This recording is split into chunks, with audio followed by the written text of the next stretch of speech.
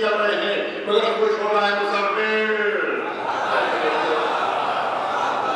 ہم تاریخ تصویر بھی کر رہے ہیں مگر خوش ہو رہا ہے مصور. ہم تصویر بنانے والے کو مصور سے کہہ سکتے ہیں کہ ہم نے تو آپ کا نام بھی نہیں لیا, ہم نے تو آپ کا ذکر ہی نہیں کیا. ہم تو تاریخ تصویر بھی کر رہے ہیں.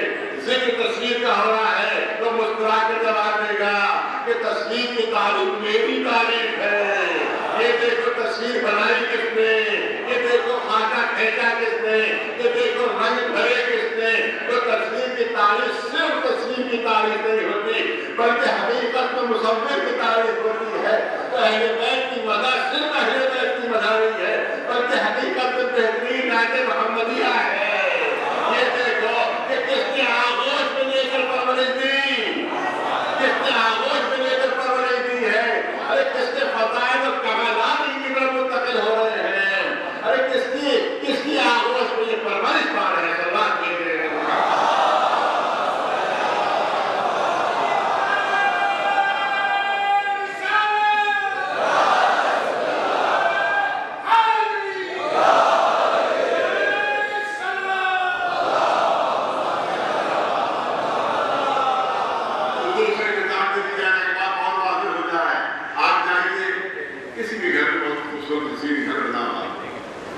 تو بار بار میں آپ کے اندر کو دکھاتے ہیں جس طرح کی قوم کا بڑا ہی کمرہ بنا ہوا ہے, اور سب ڈرائنگ روم ہے, اور یہ سب ڈرائنگ روم ہے, اور یہ سب یہ ہے وہ ہے. اور اس کے بعد کافی باغیچے میں لے گئے کیونکہ یہ ساری تحصیل خوبصورت درخت یہاں پہ لگے ہوئے. میں ایک درخت کے قریب پہنچا, بڑا خوبصورت درخت تھا, بڑا حسین درخت تھا. میں نے درخت کو نگاہ ڈالی, میں نے کہا کہ کیا عمدہ اس کی شاخیں, کیا اچھی اس کی شاخیں. اس آپ نگل کر بولے کہ آپ تو شاخوں کی تعریف کر رہے ہیں, آپ درخت کی تعریف کریں گے. میں نے کہا کہ ہرے بھرے سرسر میں شاداب پتے ہیں, پھر دیکھیے پھر آپ کو یہ لگنے کی آپ نے درخت کی تعریف ہی نہیں کی, آپ تو پتوں کی تعریف کر رہے ہیں. میں نے کہا کہ کیا خوشبودار اس میں پھول لگے ہوئے تھے, پھر دیکھیے پھر آپ نے درخت کی تعریف نہیں کی, پھولوں کی تعریف کر رہے ہیں. میں نے کہا کہ کیا مضبوط اس کی جڑ ہے, پھر دیکھیے پھر آپ نے درخت کی تعریف نہیں کی, آپ تو جڑ کی تعریف کر رہے ہیں. تو میں کہوں گا کہ جس پوری توجہ ہے کہ جس درخت میں جڑ نہ ہو, جس درخت میں شاخیں نہ ہو, جس درخت میں پھل نہ ہو, جس درخت میں پتے نہ ہو, جس درخت میں پھول نہ ہو, تو اس پہ تعریف کے لیے ہے کیا, اس پہ تعریف کے لیے بچے گا کیا. تو جب ہم اہل بیت کی تعریف کرتے ہیں تو جس طرح سے پتوں کی تعریف, جس طرح سے شاخوں کی تعریف, جس طرح سے پھولوں کی تعریف, اور کسی طرح سے یہ تعریف پھولوں پتوں کی نہیں ہے بلکہ خود درخت کی تعریف ہے. کیونکہ ثمرے شجرے رسالت بھی یہی ہے, اس درخت کے پتے بھی یہی ہے, اس کے پھول بھی یہی ہے.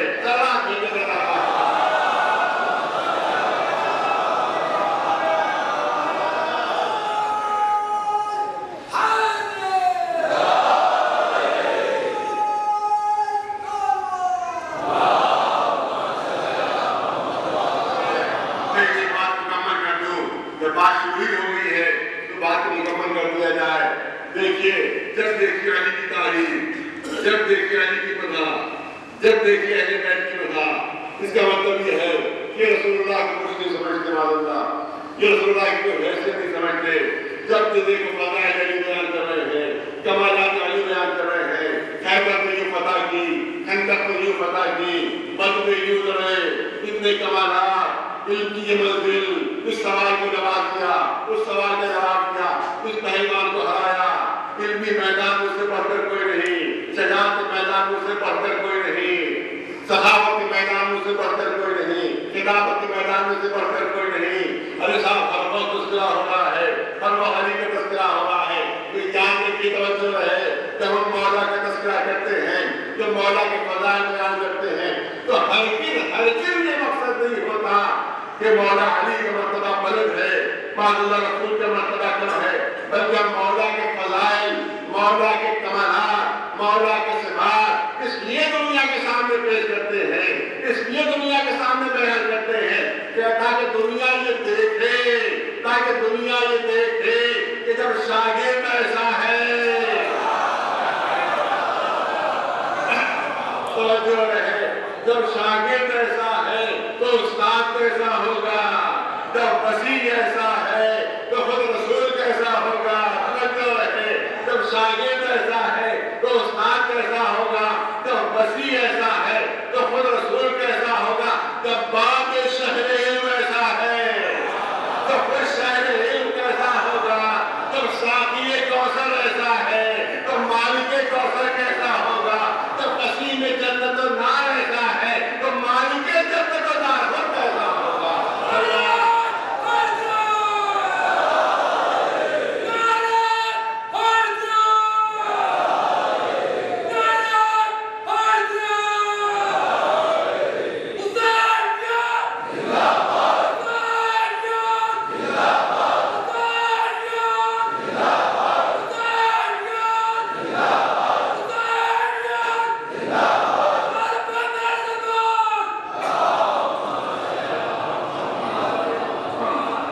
صفات و کمالات کے بیان ہو رہے ہیں تاکہ پتہ چلے کہ کس آبود کے پرورش سے ہوتا ہے۔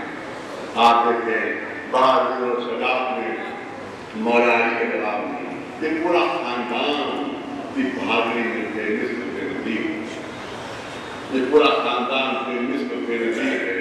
ان کی تلوار کو کوئی جواب نہیں، ان کی بہادری و شجاعت کو کوئی جواب نہیں ہے۔ اسی لیے ایک سلوات سے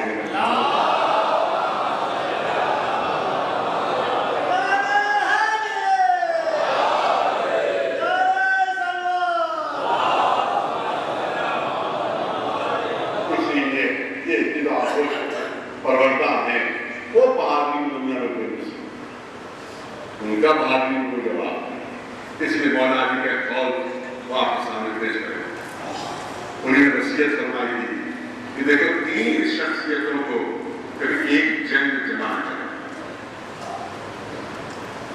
تین شخصیتوں کو کبھی ایک لشکر میں جمع کریں، ورنہ کہیں ایسا نہ ہو کہ پورے زمین پر انسانیت نہ بن جائے، ختم نہ ہو جائے۔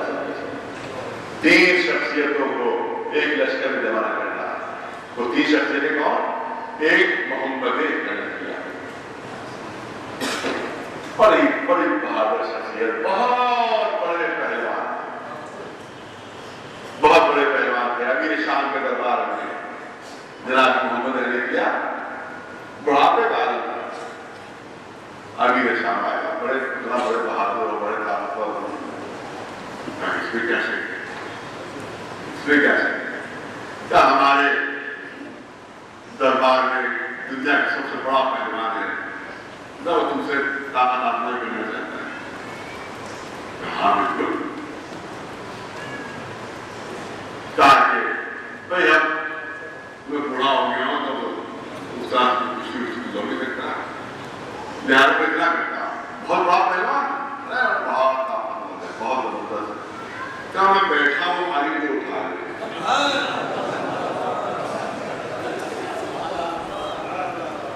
اب کیا کروں مجھ سے بڑا خالی میں بیٹھا ہوا ہوں، مجھے اٹھا رہا تھا، یہ کیا پریشانی ہے؟ وہ بڑے پہلوانوں کو اٹھا کے پڑھتے ہیں، بڑے پہلوانوں، بڑے دیو جیسے پہلوانوں کو پڑھتا ہے۔ لہذا جھولتا جھامتا آیا اور پگلوں میں ہاتھ دے کر چاہتا ہوتا لاکھ زور لگایا، کوئی طاقت سب کر دی، لیکن ہلکی سی جنبش بھی نہیں ہو سکی محمد حنفیہ، ہلکی سی جنبش نہیں محمد حنفیہ میں، یہی طاقت اور پہلوان ہے تمہارا، پھر میں ہلکی سی جنبش بھی نہیں دے سکا، بیٹھے دو ٹانگیں پکڑی اور یوں اٹھا لیا۔ کیا اس کی طاقت دیکھو اور میری طاقت دیکھو، ایسا بات ہے۔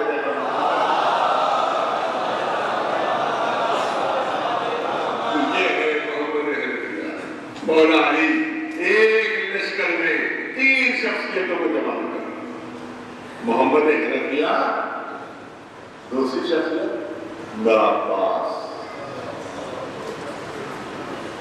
اور تیسری شخصیت مسلم۔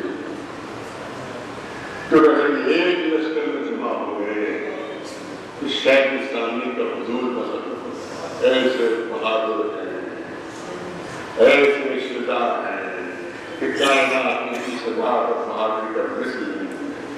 جب اسی وصیت کو عمل کرتے ہوئے جناب محمد حنفیہ کو اپنا نائب بناتے ہیں کہ آپ میری نیابت کر دینا تاکہ لشکر کے ساتھ نہ جائے۔ جناب مسلم کو کوفے میں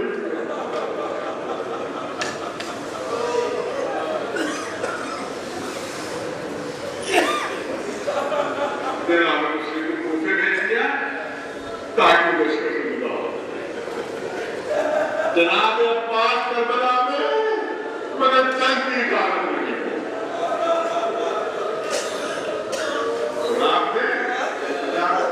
محمد حنفیہ کا اپنا نائب بنا کر مدینے میں جناب مسلم کو پہلے ہی کوفے بھجوا دیا تاکہ یہ بھی لشکر پیدا ہوتا ہے اور یہی بہادر پوری یزیدی فوج کے لیے کافی تھا۔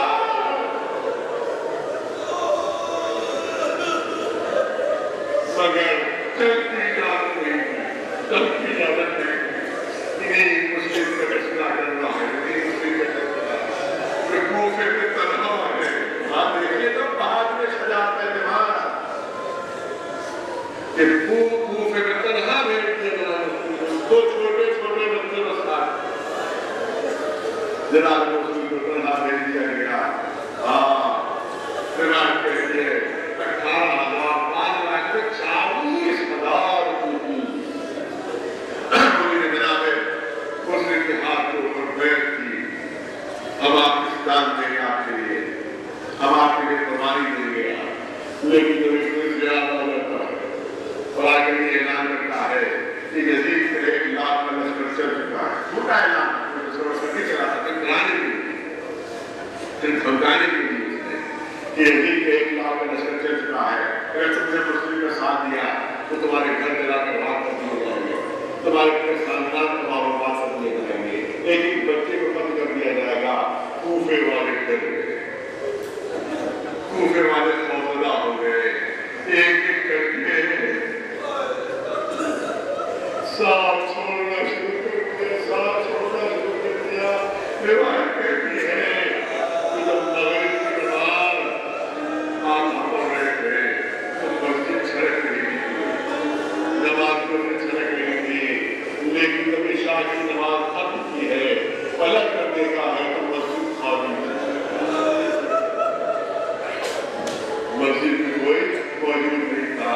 اب تو مسجد سے باہر نکلے تو سناٹا ہونے دروازے بند، دروازہ کھٹکھٹا رہے ہیں تو دروازے کھولنے پر آمادہ ہے، کوئی پناہ دینے پر آمادہ نہیں تھی، کوئی گھر میں داخل کرنے پر آمادہ نہیں، راستوں سے باہر نکلے گئے، کوفے میں اجنبی ہے، کبھی اس گلی میں جاتے ہیں، کبھی اس گلی میں جاتا ہے، کبھی اس راستے پر، کبھی اس راستے پر، آخر میں چکر چور ہو گئے۔ جہاز کو غلبہ کیا، روایت کہتی ہے ایک دروازے کی چوکھٹ پر بیٹھ گئے اور اس طرح سے بیٹھے کہ دونوں کوہنیاں ظالموں پر تھیں، اب دونوں ہتھیلیوں میں اپنا چہرہ چھپائے، اس طرح سے بیٹھے ہوئے تھے دروازے کی چوکھٹ پر۔ گھر میں مومنہ کا تھا، پھر اس کا نام چوڑا تھا، اس نے جب دروازے پر آواز سنی تو اس نے دروازہ کھولا، دیکھا کہ مسافر اطلاع سے سب گزار بیٹھا۔ کیا بات ہے؟ کیا مومنہ پیاسا پیاسا ہو کہ پانی آپ ملا سکتے ہیں، ملا دیجیے۔ مومنہ اندر گئی، پانی میں جلائی، جلانے مسجد میں پانی پیا، اب اسی طرح سے چوکھٹ پر بیٹھے رہے۔ مومنہ کہتی ہے کہ مسافر جلدی سے اپنے گھر چلا جائے، جلدی سے اپنے گھر چلا جائے، کیونکہ انتظار کا حکم ہے کہ کوئی گھر سے باہر نہ نکلے، کوئی گھر سے باہر نہ نکلے، ورنہ قتل کر دیا جائے گا، گرفتار کر لیا جائے گا۔ اور ہو سکتا ہے کہ انتظار سے کوئی گھر نکل آئے، اسے دیکھ کر گرفتار کر سکتے ہیں، جب پہنچا سکتے ہیں، یعنی گھر سے جب تک گھر اپنے گھر چلا جا۔ 3 مرتبہ مومنہ نے بات کہی، جناب مسلم اسی جو ہم نے ہوئے، مومنہ کہتی